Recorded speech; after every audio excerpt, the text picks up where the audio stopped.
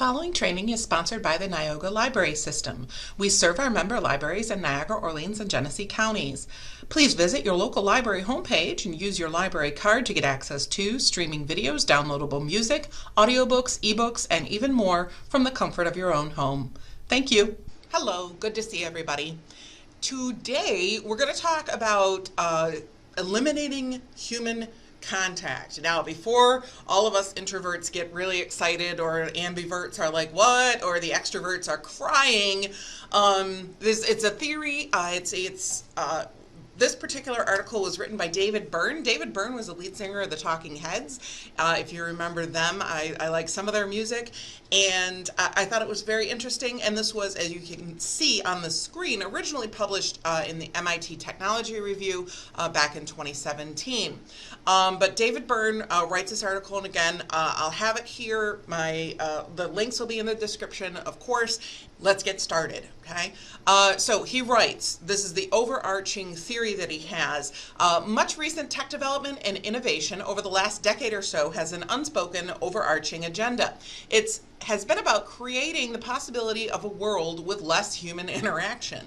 Like I said, don't start getting excited, okay? The tendency, he says, I suspect, is not a bug, it's a feature. We might think Amazon was about making books available to us that we couldn't find locally, and it was, and what a brilliant idea. But maybe it was also just as much about eliminating human contact. Now, I'm just curious as to the rise of Sears and Roebuck and the rise of malls and things of that nature too. So telephones, I'm always curious about what people in the past said about what new technology was going on during that time, both the adopters and the naysayers. So that makes me curious, because I still remember getting catalogs in the mail and the phone book, when the phone book was actually, not teeny tiny. So I don't know. We'll see.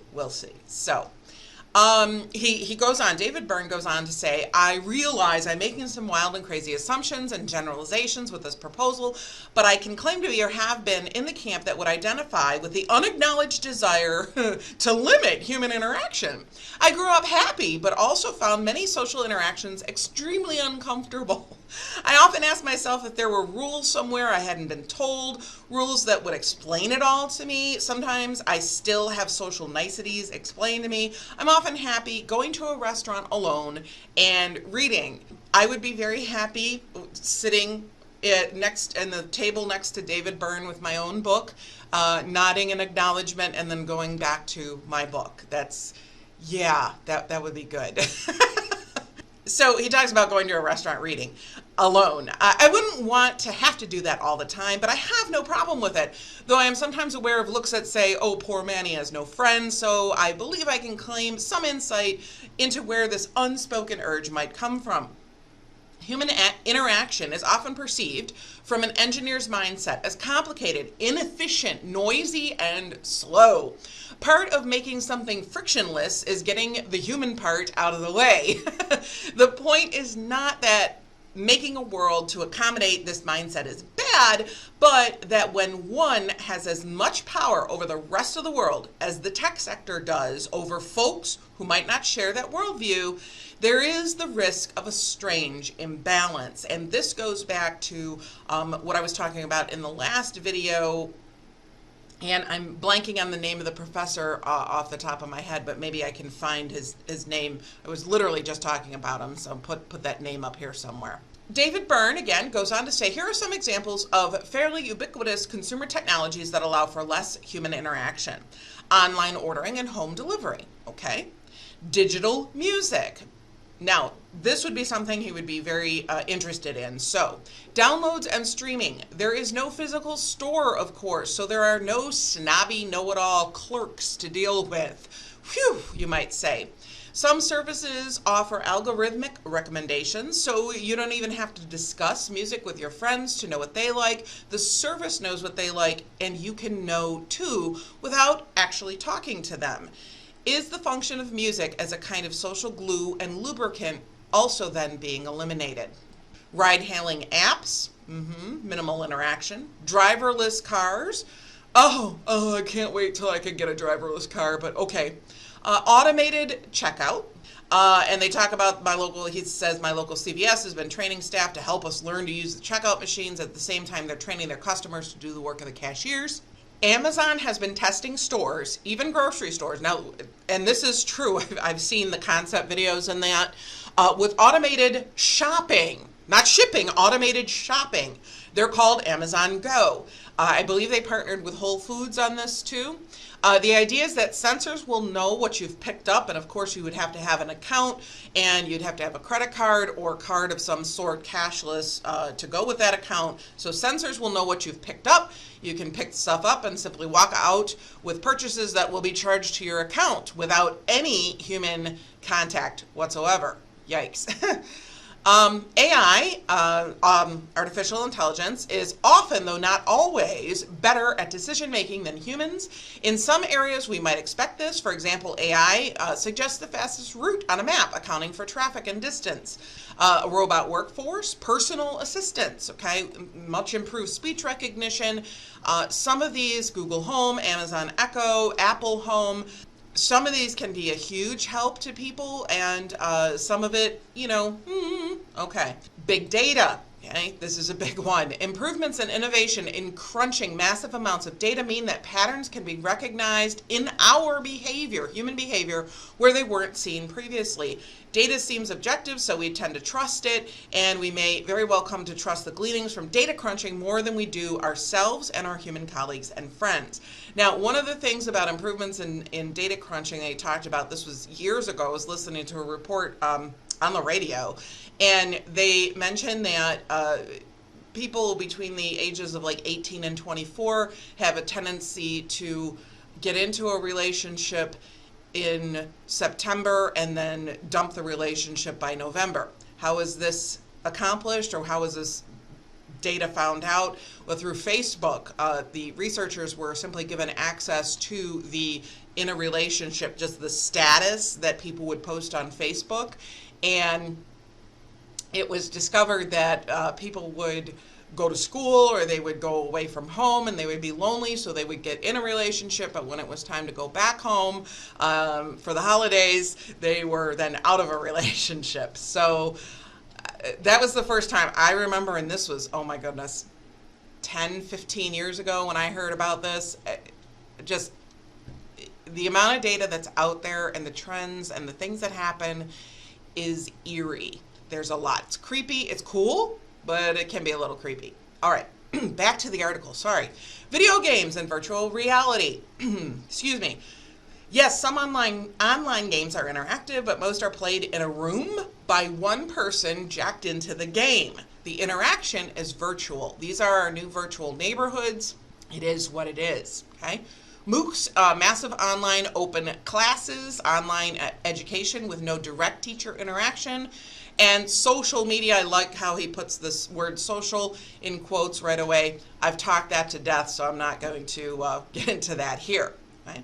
So for us as a society, less contact and interaction, real interaction, would seem to lead to less tolerance and understanding of difference, as well as more envy and antagonism. As has been in evidence recently, social media may actually increase divisions by amplifying echo effects, that's your confirmation bias, and allowing us to live in cognitive bubbles. As a matter of fact, a lot of that is actually encouraged by so-called social media companies. It's really incredible, okay? We are fed, literally fed, which is true, it's a good word, what we already like, or what our similarly inclined friends like, or more likely now, what someone has paid for us to see in an ad that mimics content. In this way, we actually become less connected, except to those in our group, in our tribe. Ugh. Social networks are a huge source of unhappiness. The more people use Facebook, the worse they feel about their own lives. While these technologies claim to connect us, then the surely unintended effect is also that they drive us apart and make us sad and envious. We have evolved as social creatures, and our ability to cooperate is one of the big factors in our success as human beings. I, and again, this is David Byrne, would argue that social interaction and cooperation, the kind that makes us who we are, is something our tools can augment and should augment, but not replace. Agreed. When interaction becomes a strange and unfamiliar thing, then we will have changed who and what we are as a species. Often our rational thinking convinces us that much of our interaction can be reduced to a series of logical decisions, but we are not even aware of the many layers and subtleties of these interactions. As behavioral economists will tell us, we don't behave rationally even though we think we do. Let me say, that's important enough. Let me move this and say that again. We don't behave rationally even when we think we do. And Bayesians will tell us that interaction is how we revise our picture of what is going on and what will happen next. And FYI, I had no idea what Bayesians meant, so I had to look it up. Bayesian probability is an interpretation of the concept of probability, in which instead of the frequency or propensity of some phenomenon, the probability is simply interpreted as a reasonable expectation representing a state of knowledge or as a quantification of a personal belief. We can go over that. That's a quantification of a personal belief. Okay, reasonable expectation of representing a state of knowledge. Okay, so David Burns here goes on to say, I'd argue there is a danger to our country as a whole as well. Less interaction, even casual interaction, means that one can live in a tribal bubble, and we know where that leads. Let me skip down here because we're going a little long. Very important here. Antonio Damasio, a neuroscientist at USC, wrote about a patient he called Elliot who had damage to his frontal lobe that made him unemotional. In all other aspects, he was fine, intelligent, healthy, but emotionally, he was Spock. Elliot couldn't make decisions. He'd waffle endlessly over details. Damasio concluded that although we think decision-making is rational and machine-like, it's our emotions that actually enable us to decide. That's pretty amazing. We are a social species. We benefit from passing discoveries on.